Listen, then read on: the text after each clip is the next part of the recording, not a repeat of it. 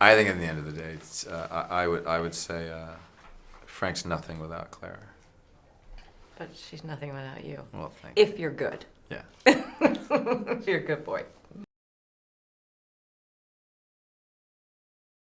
Creating Doug is just, it's been a really long process, and you know, I was always, when I moved to New York City, I went to the Actors Studio, not the new school, but the real house, and Arthur Penn was one of my great mentors there, and I remember he said to me, you know, always bring as much of yourself to the character as you can, to ground him in some sort of reality. So you try to bring as much of yourself to this guy as you can. Obviously, Doug Stamper and I are quite a bit different, but you know, to ground it in the reality, you know, to give him that humanity, I bring more of myself to those moments than others.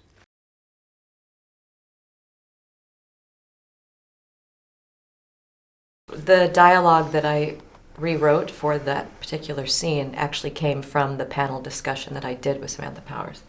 And I took from her and was able to implement it in the episode, which was nice because it was applicable to what we were talking about, and it actually raised awareness for that very cause. Bo emailed me one day and said, hey, Pussy Riot's coming by the writer's room if you want to stop by. When I live in New York. And I said, oh my God, yeah. And I go, and I get to sit down with all the writers, Pussy Riot, and Elvis Costello. And it was just this, I was like, oh my God, like to sit with these guys and just listen to them talk for literally 2 hours. I was just like, you know, I shot Bo an email after. I was like, thank you so much. I had to go pick up my son from school, and I had to leave like 2 hours in, and I was just like, damn, I had to leave, but thanks so much, you know. Because I think, you know, politically, musically, they're just, it's an amazing group.